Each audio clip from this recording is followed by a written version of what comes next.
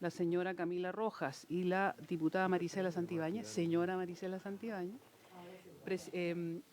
se entiende constituida, ¿por qué no? constituida la comisión mixta. A ver, esperemos un segundito.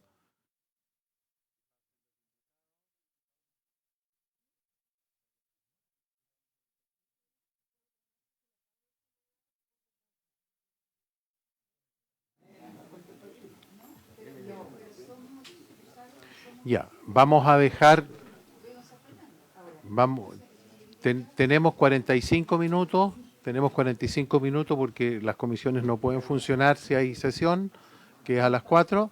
Entonces yo voy a dejar nuevamente a la secretaria para que explique el tenor de la constitución de esta comisión mixta que se da por constituida.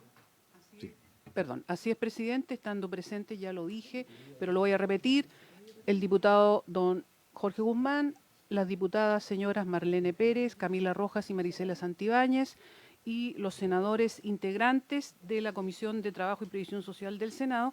Se entiende constituida la comisión y hay que proceder a elegir el presidente de esta comisión mixta.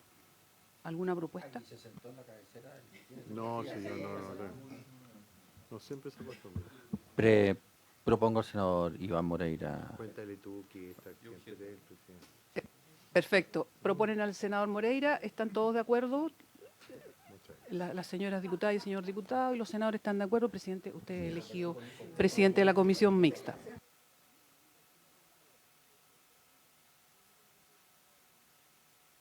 Bueno, primero que todo, yo de verdad, generalmente por el horario, es difícil o bastante difícil poder constituir una comisión mixta como es el caso de esta. Así que a mí me sorprende gratamente que estemos todos y agradecido que estemos todos porque obviamente el tema es demasiado importante.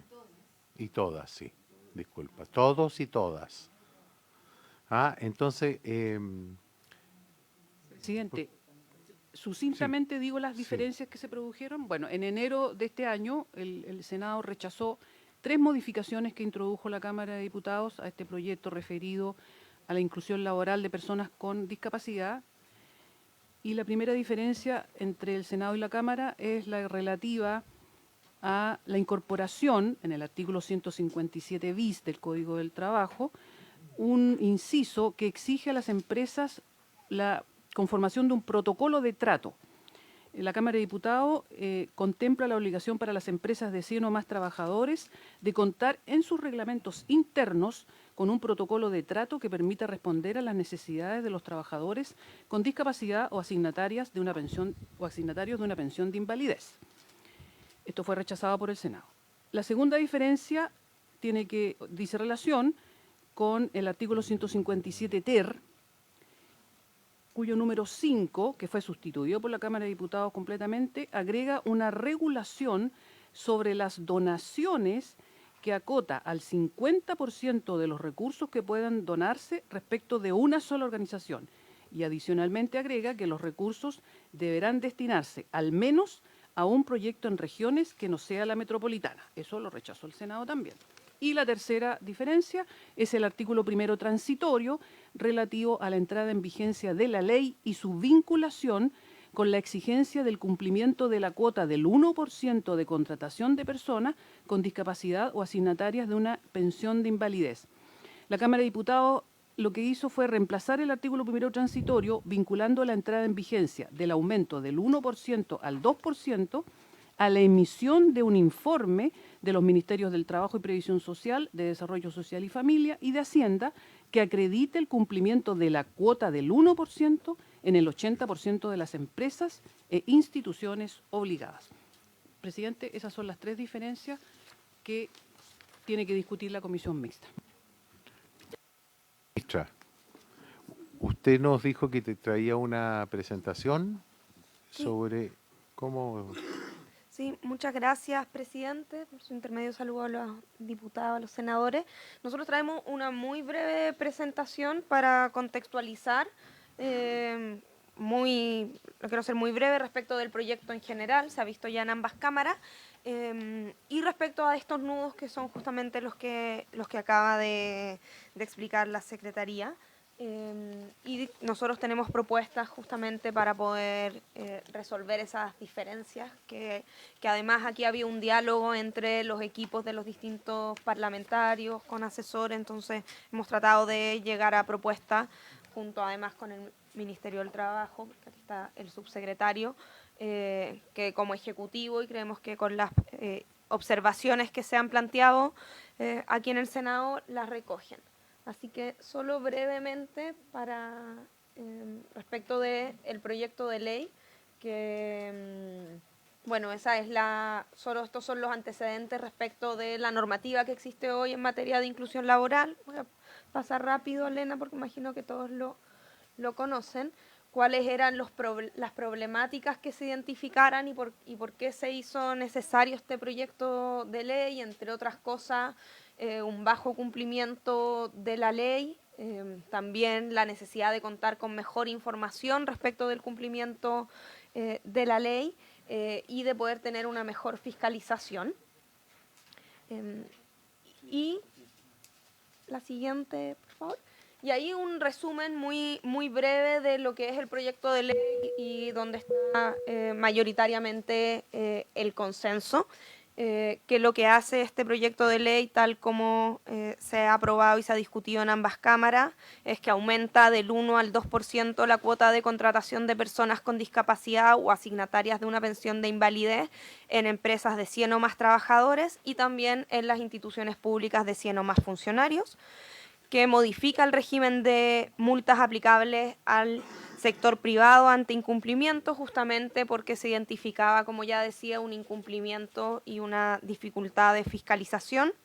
Se refuerza la regulación de las medidas subsidiarias de cumplimiento, porque hoy día de manera subsidiaria existe la posibilidad de un cumplimiento subsidiario con la donación a organizaciones sin fines de lucros que justamente promuevan la inclusión laboral, y esto, si bien se mantiene, se regula de mucho mejor manera para que sea efectivamente una opción subsidiaria y no la manera principal de cumplimiento de la obligación, y ese es uno de los puntos respecto a los que hay diferencia, no en el fondo, sino a cómo se da su regulación. Bueno, se homologan las escuelas especiales justamente a la educación regular para eliminar barreras de contratación de personas con discapacidad en el sector público. Para el sector público, que era un tema que también se identificaba como un vacío, una deficiencia, la fiscalización, se entrega la fiscalización a la Contraloría General de la República. Y además se establece la obligación a la Dirección del Trabajo de mantener un registro público sobre inclusión laboral y también de la Dirección Nacional del Servicio Civil de informar anualmente sobre el cumplimiento de la normativa legal en las instituciones públicas. Ahí incluso por experiencia propia en el Ministerio de Desarrollo Social, les puedo señalar que este es un tema que usualmente es consultado y la información efectivamente está dispersa. Eso muy en resumen el grueso del proyecto, en lo que en general no hay controversia. Y simplemente los tres temas pendientes, como ya se leían, tiene que ver el primero con la incorporación de las empresas obligadas a cumplir esta ley, o sea, con más de 100 trabajadores, de contar en sus reglamentos internos con un protocolo de trato que permita responder a las necesidades de los trabajadores con discapacidad o asignatarios de una pensión de invalidez. Respecto de este tema, sin tener diferencias con el fondo de lo que esto significa para efectos también de que este cumplimiento pueda ser más efectivo, la propuesta que nosotros hacemos es más que incorporarlo en este artículo como un inciso que se agrega, utilizar otra norma que ya está aprobado, que es parte del Código del Trabajo y que se legisló junto con la Ley 21.275, que regula medidas para la inclusión de personas con discapacidad, y poder incorporar ahí justamente la existencia, la necesidad de que junto con la reglamentación que el artículo 157 quater del Código del Trabajo exige, se pueda incorporar ahí un protocolo de ambientes laborales a los acordes a los parámetros establecidos en la Ley 20.422, justamente, que era la preocupación, la ley antidiscriminación. Eso es la primera propuesta, obviamente el texto quizás después se los podemos entregar y proyectar, pero para resumir cómo creemos que se pueden resolver estas controversias. Por lo tanto, creemos que esa preocupación se puede recoger adecuadamente y de manera más sistemática, incorporándolo a este artículo del Código del Trabajo que ya existe. Respecto del segundo punto, sí. Para entender bien, como no estamos viendo el texto, lo que ustedes proponen es hacer una referencia al artículo específico del Código del Trabajo. ¿O cómo? Pero lo que proponemos es que en vez de incorporar, porque la propuesta que viene de la Cámara es incorporar un nuevo inciso al artículo 157 bis. Lo que nosotros proponemos es que en el artículo 157 quater del Código del Trabajo actual se agregue al final de este artículo, o sea, al final del inciso segundo de este artículo, que lo voy a leer. El artículo 157 quater señala: al menos uno de los trabajadores que se desempeñen las funciones relacionadas con recursos humanos dentro de las empresas contempladas en el supuesto del artículo 157 bis deberá contar con conocimientos específicos en materias que fomenten la inclusión laboral de las personas con discapacidad. Se entenderá que tienen estos conocimientos los trabajadores que cuenten con una certificación al respecto, otorgada por el Sistema Nacional de Certificación de Competencias Laborales establecido en la Ley 20.267. El inciso segundo señala: las empresas señaladas en el inciso anterior deberán promover en su interior políticas en materia de inclusión, las que serán informadas anualmente a la Dirección del Trabajo de conformidad al reglamento a la que se refiere el inciso final del artículo 157 bis. También deberán elaborar y ejecutar anualmente programas de capacitación de su personal con el objeto de otorgarles herramientas para una efectiva inclusión laboral dentro de la empresa. Y aquí nosotros proponemos agregar y proporcionar un protocolo de ambientes laborales acorde a los parámetros establecidos en la Ley 20.422, que era una preocupación la remisión a la Ley 20.422, el que deberá ser entregado anualmente a las personas trabajadoras. Y luego hay un inciso tercero.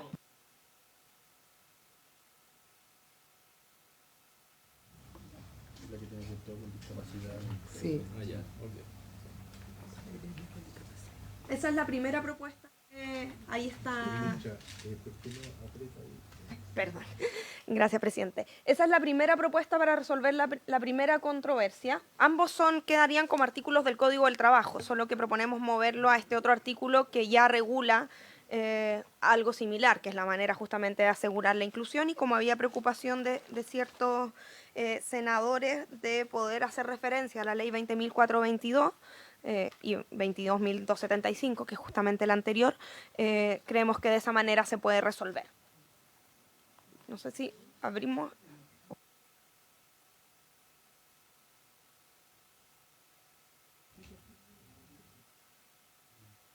Sí, una pregunta. Ya, se entiende lo que dice la incorporación, pero esto de entregar anualmente a las personas trabajadoras, ¿es a los trabajadores que tienen algún tipo de limitación, a todos los trabajadores?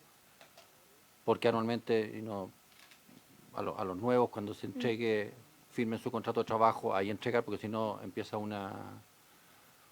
Bueno, aquí el subsecretario es más experto en eso, pero la idea justamente es que a todos los trabajadores de la empresa es una medida de publicidad e información a los trabajadores. Yo le voy a dar la palabra. Bienvenido, subsecretario. Lo echábamos de menos. Así que nos gustaría que usted pudiese ser pedagógico en lo que ha planteado la ministra. Ya, Sí. Bueno, buenas tardes, senadores, senadoras, diputadas, diputados. Sí, ahí estoy conectado en este micro. ¿Ahí? Sí. No, muy sencillo. El objetivo de esta reiteración tiene que ver con el objetivo de poder entregar información a los trabajadores de la empresa en materia de inclusión laboral. Se ha estimado además que es todavía una norma que tiene un cumplimiento bajo. Además, en ese contexto, también lo que han señalado varios de los informes de evaluación tiene que ver con no solamente el bajo cumplimiento, sino que las dificultades de que el conjunto de la empresa en general incluya a los trabajadores que tienen algún tipo de discapacidad, por lo tanto nos parece razonable que esa reiteración anual permita justamente ir construyendo no solamente cuotas de inclusión, sino que empresas más inclusivas. Así que esa es la razón, particularmente en este caso, que podría ser en otras normas quizás distintas. Ahora, también en materias de seguridad y salud en el trabajo, también estas normas tienden a ser anuales justamente por la relevancia que el país le ha dado a la materia. Y bueno, yo quiero ofrecer la palabra a Jorge. Adelante. No, presidente, solamente es que se ha dado por sentado en el diagnóstico, y también lo ha repetido el subsecretario, el bajo cumplimiento. Y es algo que nosotros vimos en la Cámara de Diputados, se nos presentaron los índices de cumplimiento, y el cumplimiento, si no me equivoco, en la empresa privada superaba el 85%, no sé si podemos ratificar ese dato, pero en el sector público el cumplimiento no superaba el 25%. Entonces, me gustaría eso porque en la discusión del artículo transitorio creo que va a ser importante tenerlo sin perjuicio de lo que hemos visto respecto a los protocolos. Ofrezco la palabra al senador Saavedra. No, por su intermedio, preguntarle al señor diputado quién es la fuente del 85%, porque yo puedo decir que cumplo el 85%, porque ¿qué empresa? ¿Dónde están? ¿De quién? Pero las empresas... No, sí, que me parece extraño que haya una ley que diga que no se cumple y haya un informe que diga que se cumple. Entonces, si estamos con un 85% de cumplimiento, esto está de más y lo único que hay que pedirle al sector público es que cumpla. ¿Te das cuenta? Sí, senadora Sepúlveda. Sí.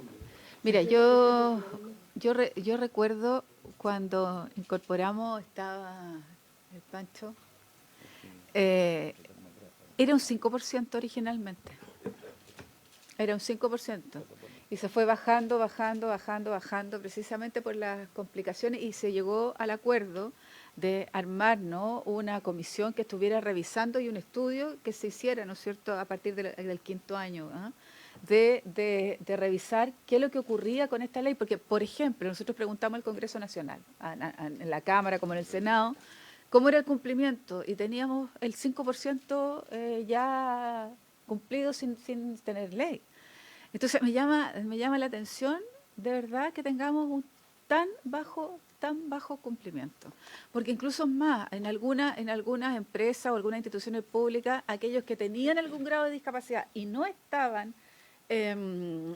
certificados, ¿no es cierto?, mandaron a certificar para que precisamente poder tener esta cuota. Pero además de eso, era cómo se adaptaba el lugar, ¿ah? Y no solo la adaptación del lugar de trabajo, ¿ah?, que era una de las cosas más limitantes que teníamos en la posibilidad de tener una persona, ¿no es cierto?, con capacidades distintas, con discapacidad, sino también todo el entorno laboral, más allá del acceso universal, ¿no?, que era una obligación que deberíamos monitorear también si se está cumpliendo o no, pues yo creo que tenemos ahí una baja.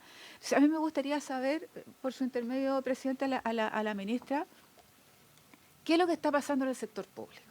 ¿Ah? Porque lamentablemente nosotros en el sector público somos siempre los que no damos el ejemplo. No damos el ejemplo. Y las instituciones privadas, quizás por la fiscalización permanente, ¿no?, la fiscalización permanente tienden a cumplir más rápidamente y en los tiempos, en cambio nosotros no. Entonces, quizás saber, por su intermedio, presidente, a la ministra, yo quiero saber, yo creo que hay que decir qué ministerios, qué instituciones, o lo que sea, no está cumpliendo. Yo creo que eso hay que decirlo. Yo estoy además completamente de acuerdo con el protocolo que no existía, por lo menos que yo recuerde en la ley anterior, y que sea de público conocimiento, igual como incorporar al comité paritario, en cómo poder difundir esto. Eso, presidente. Antes de cederle la palabra a la ministra y al diputado Guzmán, yo quiero, senadora Sepúlveda, le quiero contar, recordar, todavía usted no era miembro de la comisión, cuando se vio este proyecto aquí, una de las cosas que se hizo hincapié, tanto por el propio gobierno, yo no tengo la cifra exacta, pero siempre se recalcó que el sector privado era el único que cumplía y que el Estado chileno estaba al debe. Ahora hay que ser también bien claro en esto.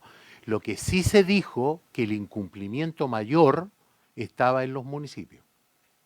O sea, eso yo recuerdo que eso se dijo ahí. Ahora, no tengo yo las estadísticas, que, digamos, exactas en este minuto, porque la idea de hoy día era constituir la comisión, y yo lo que voy a proponer, voy a hacer una proposición una vez que escuchemos a la ministra, pero antes yo creo que quiere responder el diputado Guzmán. Sí. Gracias, presidente. Por su intermedio al senador. Cuando se hizo la ley de inclusión, la propia ley estableció en el Código del Trabajo la obligación de informar a las empresas privadas respecto de su grado de cumplimiento. Obligación de informar que además es supervigilada por la Dirección del Trabajo, y si no se cumple con la contratación o la obligación de informar, hay sanciones asociadas para las empresas. Por tanto, el dato que se nos dio a nosotros en la comisión cuando discutimos este proyecto, del 85% de grado de cumplimiento por el sector privado, que es un dato que me gustaría poder ratificar, fue un dato dado por la propia Dirección del Trabajo. Y respecto al grado de cumplimiento del sector público, ahí era justamente donde veíamos grandes debilidades, y fueron las incorporaciones que hicimos y que fueron aprobadas en el Senado, por cuanto el sector público no informa, a pesar de que tiene obligación de informar a la Dirección Nacional de Registro Civil, y tampoco la Contraloría tenía facultades, según el propio Contralor Bermúdez, respecto a facultades sancionatorias. Ellos podían efectivamente pedir información, pero no tenían facultades para sancionar al sector público. Nosotros incorporamos normas en ese tenor porque creemos que el problema hoy día del grado de cumplimiento está radicado, como bien decía la senadora, principalmente en el sector público. Y ahí yo lo planteo porque creo que es necesario al momento de evaluar el artículo transitorio, sin perjuicio de los otros artículos que van a entrar en discusión, presidente. Diputada Marlene Pérez. Bueno, primero, presidente, mencionar que efectivamente lo que hablaba el diputado respecto a que el sector público es el que lamentablemente no cumple, y así quedó demostrado. Nos detuvimos varias sesiones abordando este mismo tema, y yo le pediría a la ministra y también al subsecretario que transparentáramos los números, porque acá estábamos hablando y hay desconocimiento si efectivamente el sector público tiene este nivel de incumplimiento, y nosotros cuestionábamos que estábamos avanzando en un 2% y sin embargo el mismo Estado no cumple con el 1%. Entonces es un poco contradictorio ante la opinión pública, ante las personas que hoy día están acá. Tenemos personas que representan en el fondo a personas en situación de discapacidad, y un poco no se entiende de que estemos aumentando a un 2 cuando no se cumple ni siquiera el 1 en algunos lugares, y en el sector público principalmente. Me gustaría que no quedaran dudas para poder seguir avanzando. Senadora Sepúlveda y luego la ministra. Mire, nos pasó lo mismo con el caso de las mujeres. Igual, nos pasó lo mismo, por ejemplo, en incorporar usuarias que fueran mujeres a determinados servicios, etcétera. Y la única forma de al final de tener un grado de comportamiento distinto y todo fue incorporarlo en los PMG. Incorporarlo en los PMG. Y yo creo que esa te permite auditar de muy buena manera y que sea un catalizador, ¿no? Un catalizador de cambios culturales. Entonces, yo por su intermedio, presidente, creo que sería una buena medida de incorporarlo. Eso.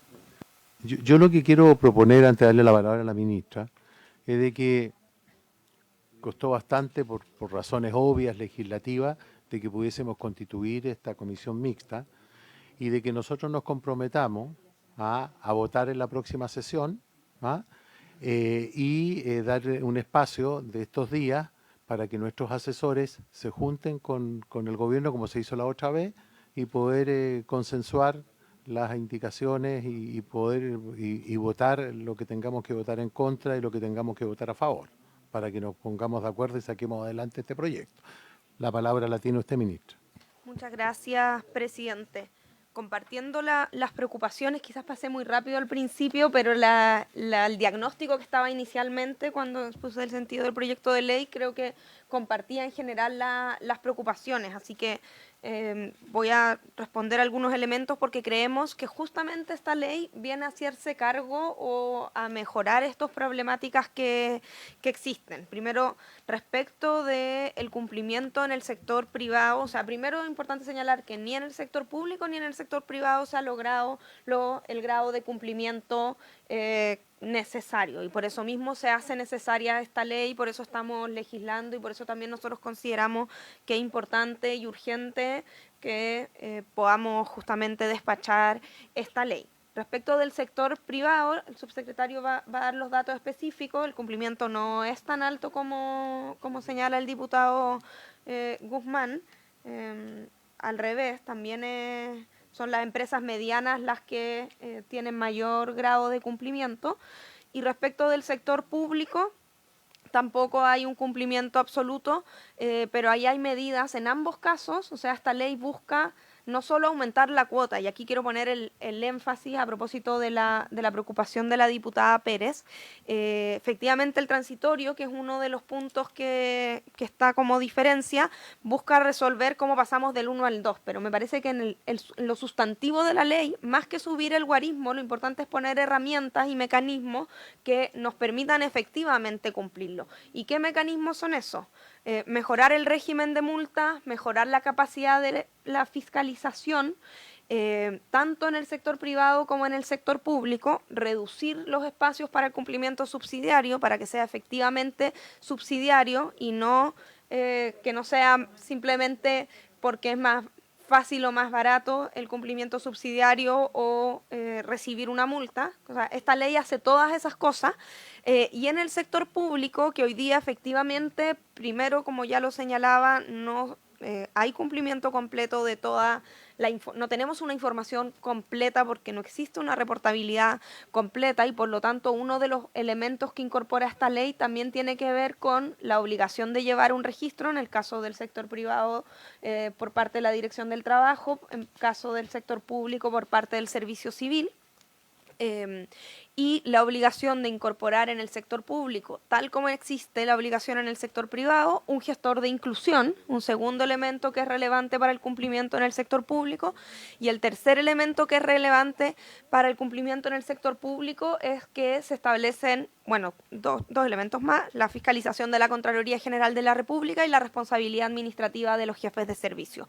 Por lo tanto, esta ley creo que avanzar en esta legislación, más allá de estas tres diferencias puntuales, el grueso de esta legislación, que es donde hay consenso, apunta a estos elementos. El subsecretario me puede complementar con las cifras. Subsecretario, tiene la palabra. Sí, solo a modo ejemplar hay que recordar que en el sector privado el cumplimiento de la cuota está y de la información de la comunicación electrónica, porque hay que recordar que las empresas informan a comienzos del año sus pretensiones de contratación o bien de tomar medidas subsidiarias. Por lo tanto, lo que nosotros tenemos informaciones sobre lo que las empresas en enero declararon que iban a hacer. Eso es lo primero que hay que señalar. Y segundo, que es las empresas que están obligadas son empresas de 100 o más trabajadores, por lo tanto el universo de las que tienen que cumplir se achica. Eso para ponerlo en contexto. Por lo general, del 2008 al 2023, salvo excepcionalmente el año 2022, las empresas que han comunicado electrónicamente han bordeado las 2.500, 2.700 empresas que han comunicado, de un universo alrededor de 6.000, 6.500. Por lo tanto, estamos hablando de un cumplimiento de las empresas que están obligadas a comunicar electrónicamente de entre el 30 y el 37%. Sin embargo, el año 2024 hubo un aumento que logramos llegar a las 3.530 empresas que comunicaron electrónicamente, a propósito de una larga conversación que tuvimos, de hecho, con la Comisión en la Cámara respecto a modificaciones reglamentarias para fortalecer el mecanismo de cumplimiento. De todas maneras, si la Comisión así lo estima, presidente, podemos hacer llegar las cifras actualizadas de al menos de lo que hemos podido registrar para que podamos todos, obviamente, discutir con las mismas cifras sobre la mesa, entendiendo que las modificaciones que están en esta comisión mixta no remiten esa información.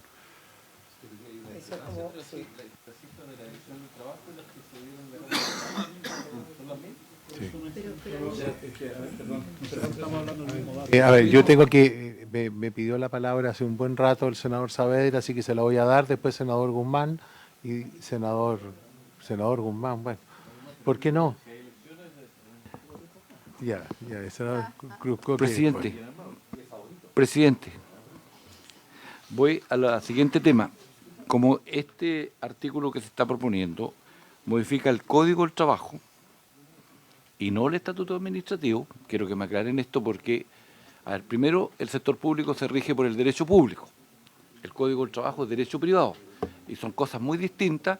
Entonces, tengamos la precaución, porque no nos lo hemos resuelto, de hacer las modificaciones a los cuerpos legales que correspondan, a los artículos que correspondan, porque en esa medida va a surtir efecto además la fiscalización, porque la Contraloría va a ir a una empresa pública o a un servicio público y analiza si usted cumple o no cumple con los articulados que lo están rigiendo.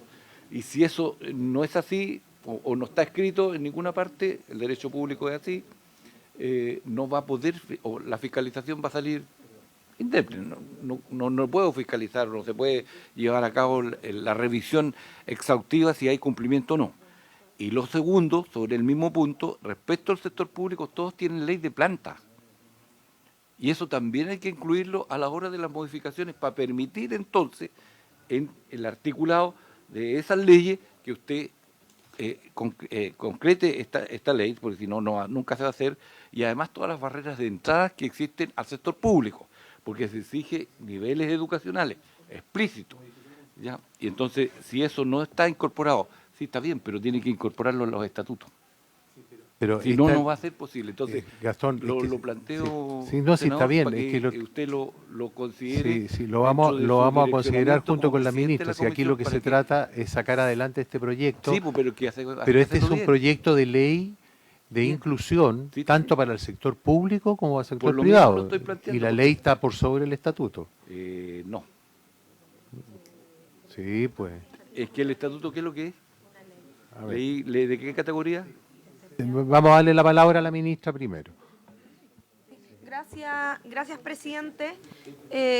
Respecto, como compartimos absolutamente las preocupaciones del senador Saavedra y todas las que se han planteado respecto del cumplimiento en el sector público, estas son cosas que se discutieron durante la tramitación del fondo de este proyecto de ley, por lo tanto, a nuestro entender ya están relativamente resueltas de una manera que genera consenso, y efectivamente este proyecto de ley no solo modifica el Código del Trabajo, sino que también modifica el estatuto administrativo para que puedan ser efectivas las medidas que yo he señalado, que sea aplicable al sector público, que exista la obligación de tener un gestor de inclusión, tal como en el sector privado, que exista responsabilidad administrativa de los jefes de servicio, y no había profundizado, pero en el tema del nivel educacional también se modifica esto en el estatuto administrativo, equiparando justamente permitiendo que las personas egresadas de escuelas especiales también se entienda que cumplen los requisitos según lo establece el estatuto administrativo. Por lo tanto, esas preocupaciones fueron abordadas en su momento efectivamente en la Cámara, y yo entiendo que no hay diferencia, entendiendo que justamente como señala el senador Saavedra, es importante que eso quede establecido, porque hay que reconocer que en ambos sectores tenemos problemas de incumplimiento, y en el sector público con mayor razón nos tenemos que hacer cargo con estas normas. Yo le voy a ofrecer la palabra al diputado Guzmán, después a la senadora Sepúlveda, pero yo no una pregunta, ¿es real que el mayor incumplimiento en las entidades del Estado son los municipios?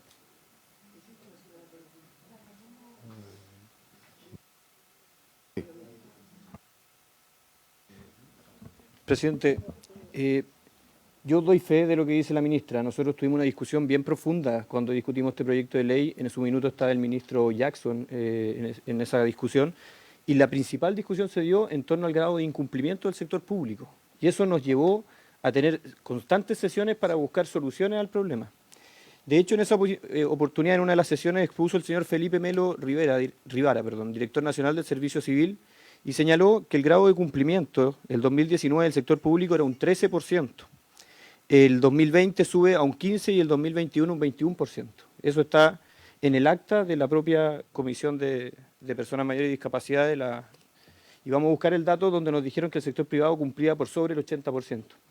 Y sería bueno que lo revisáramos porque es un antecedente que permitió un debate dentro de la comisión. A tal punto que, como bien dice la ministra, el Ejecutivo presenta una indicación. Nosotros no podíamos poner indicaciones que le estableciera obligación al sector público, las presenta el propio Ejecutivo y está en la página 57 del comparado, que establece la obligación y le establece facultad de la Contraloría sancionatoria, y además señala algo que fue algo que propusimos nosotros, que es que se consideraría una infracción al principio de probidad administrativa el hecho de que un órgano, servicio o institución realice nuevas contrataciones sin dar cumplimiento a la obligación de selección preferente establecida en el artículo 45. O sea, no puedes seguir contratando gente, lo que bien planteaba el senador Saavedra, si no estás dando cumplimiento primero a la obligación de inclusión. Entonces, yo quiero dejar por sentado, o al menos que se abra un pequeño debate respecto de eso, respecto al grado de cumplimiento. Porque el gran debate que tuvimos en la Cámara era, ¿avanzamos un 2% si no somos capaces de cumplir el 1%? Y ahí es donde se presentaron estas indicaciones en ese sentido. Y el grave problema de cumplimiento que nosotros, y eso fue lo que nos permitió tomar estos acuerdos en la Cámara, era que estaba en el sector público y no en el sector privado.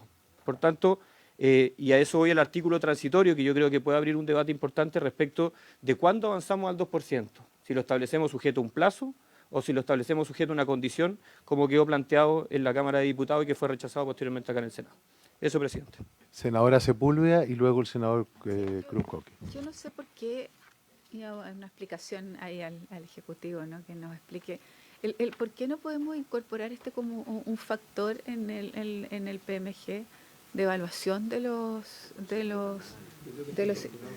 sí sirve, porque pero si estoy preguntándole al Ejecutivo, ¿ah? Porque al final es un estímulo económico donde está reflejado todos los factores los cuales tú quieres, y puede ser incluso transitorio, no algo permanente, pero que sea dentro de los factores de análisis, de evaluación de un servicio público. Entonces, eso. Senador Cruz Coque. Presidente, yo estoy a favor de lo que dice la senadora Sepúlveda, pero lamentablemente cuando uno ha trabajado en el mundo de lo público sabe que los PMG finalmente se negocian con las asociaciones de funcionarios al principio de los periodos, entonces va a ser echar un vaso de agua al mar nomás, no va a servir para nada. Aquí yo creo que lo único que puede terminar funcionando es aumentando las multas, someter alguna condición, como señala el diputado Guzmán muy bien, el avance hacia el 2%. Sabemos que esta ley se incumple y se prefiere pagar las multas, por eso que hay que aumentar las multas, evidentemente, y ojalá también, no conozco bien el mecanismo de donación que se va a implementar, entiendo que esa modificación... el mecanismo de donación también, y ahí me gustaría conocerlo mejor porque no conozco cómo funciona pero habiendo modificado la ley de donaciones culturales en comparación con otras leyes en su momento, todo aquello que tienda a crear fondos comunes, a poner restricciones respecto de proyectos, de que los recursos vayan a proyectos distintos al que específicamente se dona, porque siempre se arguye el factor regional, que es muy razonable también. Pero al poner ese tipo de factores que llevan los recursos a otros lugares que al proyecto en específico, generalmente la donación se inhibe. Entonces sería bueno ver cómo se ha comportado también el efecto de las donaciones en el tiempo para ver si efectivamente se han cumplido y si no, tratar de generar modificaciones para tratar de hacer lo más eficiente posible ese mecanismo de donaciones. Se modificó, por ejemplo, la ley de rentas 2 en algún momento para generar donaciones, y ha habido también para casos de emergencia, ahora en el caso de Viña, por ejemplo, o en el terremoto en su momento, de mecanismos de donaciones que fueron eficientes, transitorios, más cortos, pero que funcionaban. Entonces yo creo que hay que ir por el lado de la multa, la sanción, y más que por el PMG. Por el PMG yo no le veo ninguna vuelta. Más allá de que la intención es razonablemente buena. Senador Galilea. La felicito. Sí, pero después de Galilea. Sí. No, yo quería...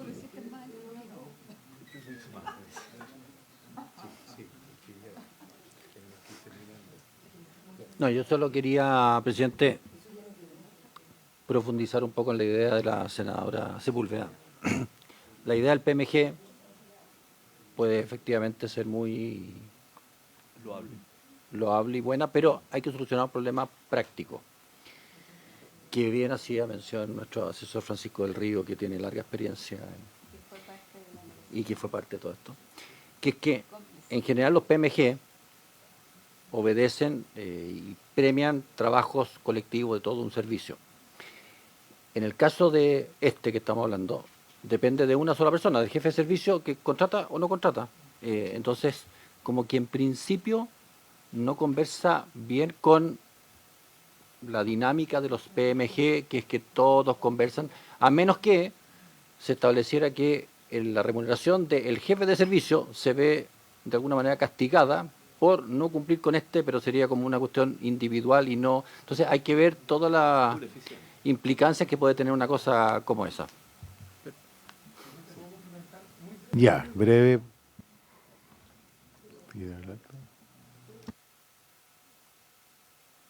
Presidente, muy breve. Los incentivos tienen que también, el sector público no cumple y le estamos poniendo un PMG asociado a un beneficio, un incentivo. El sector privado no cumple y le tenemos multa. Entonces creo que ahí también hay que, por tanto, por eso nosotros ponemos sanciones, si no estamos beneficiando al sector público.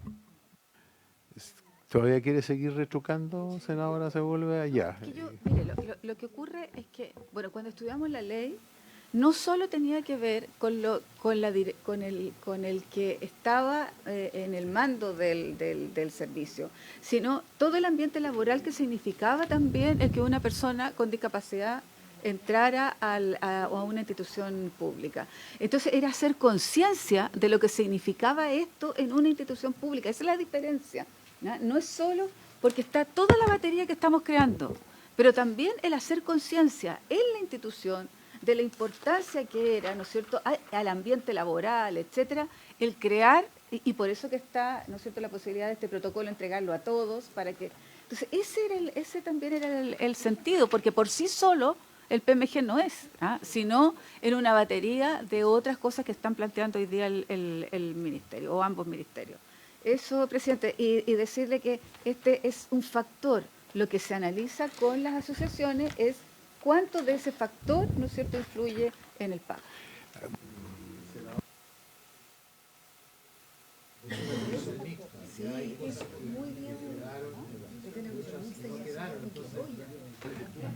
Hay muchas cosas que quedaron y otras no se van a poder incluir.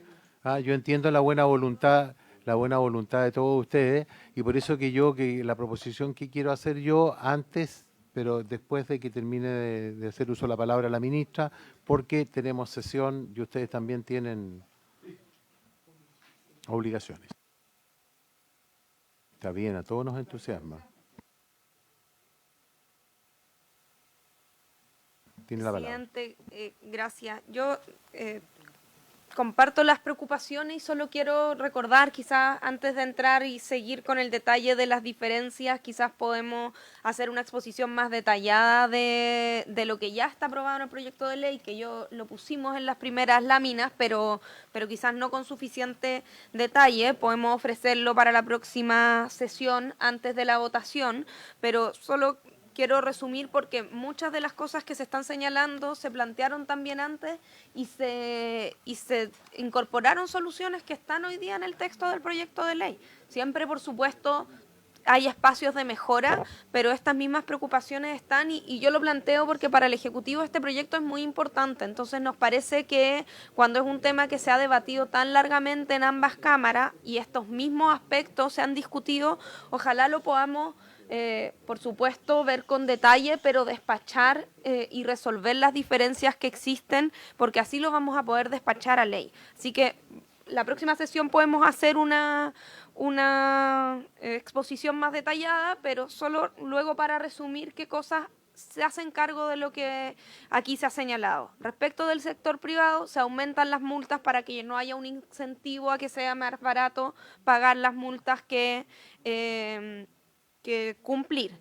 En segundo lugar, se limitan el uso de las donaciones como medida de cumplimiento subsidiario, para que no sea el cumplimiento principal en la práctica como es muchas veces, y cuando la obligación llegue al 2%, solo hasta un 1% va a poder hacerse por cumplimiento subsidiario. Entonces siempre cuando lleguemos al régimen de la ley, siempre al menos un 1% se va a tener que cumplir de la manera con la obligación principal, y además se está incorporando, que es la segunda diferencia que habría que resolver, que se pueda asegurar que los proyectos que se financien vayan no solo a la región metropolitana. Y respecto del sector público, por supuesto que los servicios, y creo que esto se puede discutir año a año, los PMG cómo se hacen, pero eso es un tema institución por institución. Entonces me parece que las modificaciones que aquí se hacen en el estatuto administrativo, que son de obligación general, que ya he mencionado, son importantes. Y hoy día uno de los temas que, además de incumplimiento que se identificaban, era falta de información. Por eso obligación de informar y de tener un registro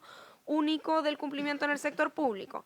En segundo lugar, como ya dije, el gestor de inclusión en el sector público. Y en términos de sanciones, la responsabilidad administrativa del jefe de servicio, que como se establece que el incumplimiento de la ley es una falta a la probidad administrativa y por lo tanto puede dar lugar a cualquiera de las sanciones que contempla ya el estatuto administrativo, además de otros elementos que se incorporan.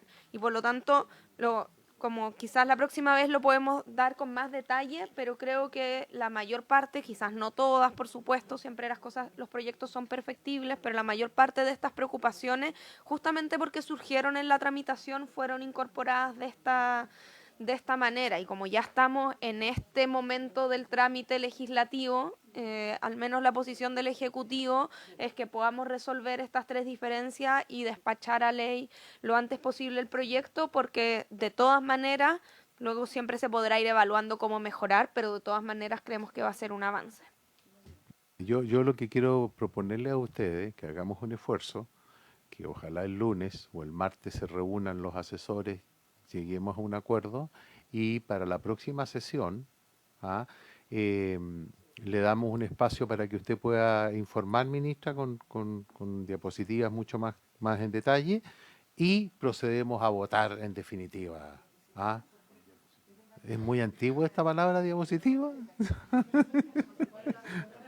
Es como la botica. Entonces, a ver, el miércoles, ¿cómo? Sí, ¿qué les parece que lo hagamos el próximo miércoles de 15 a 16 horas? ¿Podemos? Pero si el lunes o martes... Sí, exacto.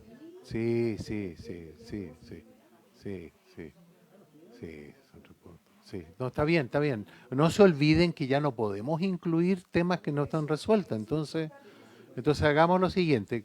Nosotros vamos a invitarlo a la reunión para darle unos 20 minutos a la ministra para que exponga, y después lo hacemos con cada uno puede fundamentar su voto. Eso sería el próximo miércoles de 15 a 16 horas en este mismo lugar. Y el lunes, subsecretario, ¿se reúne con usted? ¿Con quién? Sí, con su... Ya. Ya, ok. Ya, ustedes coordinan, lo hacen presencial o por Zoom y llegan a un acuerdo definitivo. Senador Guzmán, diputado Guzmán, perdón. Presidente, solamente quiero pedir un acuerdo de la comisión para oficiar de carácter urgente. Ojalá pueda llegar la respuesta antes, pero para saber el grado de cumplimiento, tanto a la Dirección del Trabajo como a la Dirección del Servicio Civil y a Senadis. Sí, como comisión mixta podemos hacer. ¿Podemos hacer esa? Sí, como comisión mixta. Ministra. Presidente, como eso ya surgió, nosotros pueden decidir oficiar, pero nosotros proponemos traer esa información. Hagamos lo siguiente, en vez de oficiar, ustedes se comprometen que ese día se entrega toda la información. Habiéndose cumplido el objetivo de la sesión, se levanta.